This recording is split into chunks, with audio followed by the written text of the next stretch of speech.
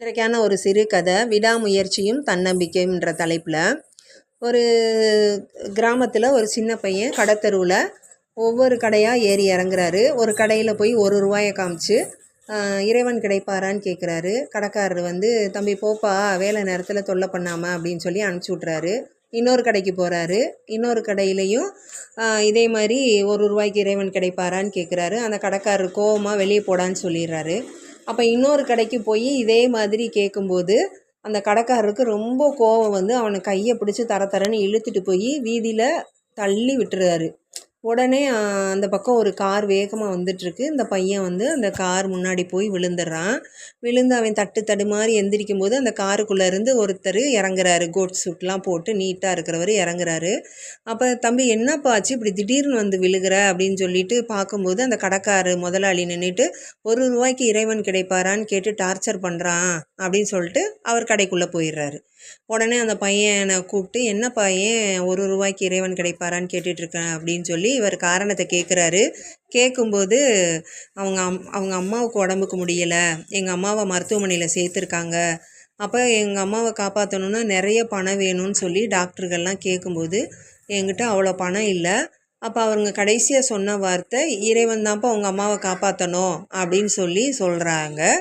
அப்போ நான் எங்கே போய் இறைவனை தேடுவேன், என்கிட்ட இருக்கிறது ₹1 நாணயம் மட்டும்தான், அதனால தான் கடையில் கிடைக்குமான்னு சொல்லி கேட்டுட்டு வந்தேன் அப்படின்னு சொல்லும்போது கண்டிப்பாக உனக்கு இந்த ₹1 இறைவன் கிடைப்பார், கொண்டா அந்த ₹1 நான் உனக்கு இறைவனை கொடுக்குறேன் அப்படின்னு சொல்லிட்டு உடனே அவனுக்குள்ளே ஒரு வெள்ளை பேப்பர் வாங்கி இவர் கடன்னு எழுதுறாரு. அந்த மருத்துவமனை பேரை சொல்லி அந்த டாக்டர்கிட்ட பேரை எழுதி கொடுத்து இந்த மாதிரி இந்த டாக்டரு அவங்கக்கிட்ட போய் குறிப்பிட்ட பேரை சொல்லி அந்த லெட்டரை வந்து அவங்கக்கிட்ட கொடுப்பான்னு சொன்ன உடனே இந்த பையன் அதே மாதிரியே போய் கொடுக்குறான்.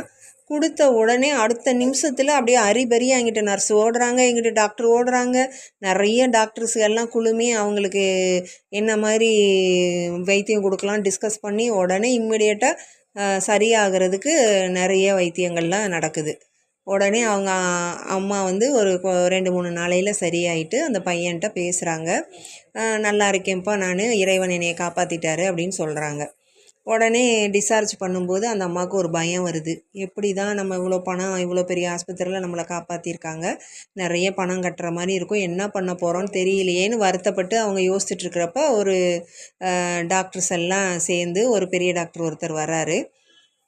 வந்தோடனே அம்மா நீங்கள் ரொம்ப கொடுத்து வச்சவங்க, அதனால் நீங்கள் வந்து ரொம்ப லக்கிம்மா, இந்த மாதிரி ஒரு பையன் கிடச்சதுக்கு. அவன் வந்து இறைவனவே நேராக கூட்டிகிட்டு வந்து உங்களுக்கு வைத்தியம் பண்ண வச்சு உங்களை சரியாக்கிட்டான் அப்படின்னு சொல்லும்போது அப்போ நடந்த விஷயங்கள்லாம் அந்த அம்மாவுக்கு தெரிய வருது.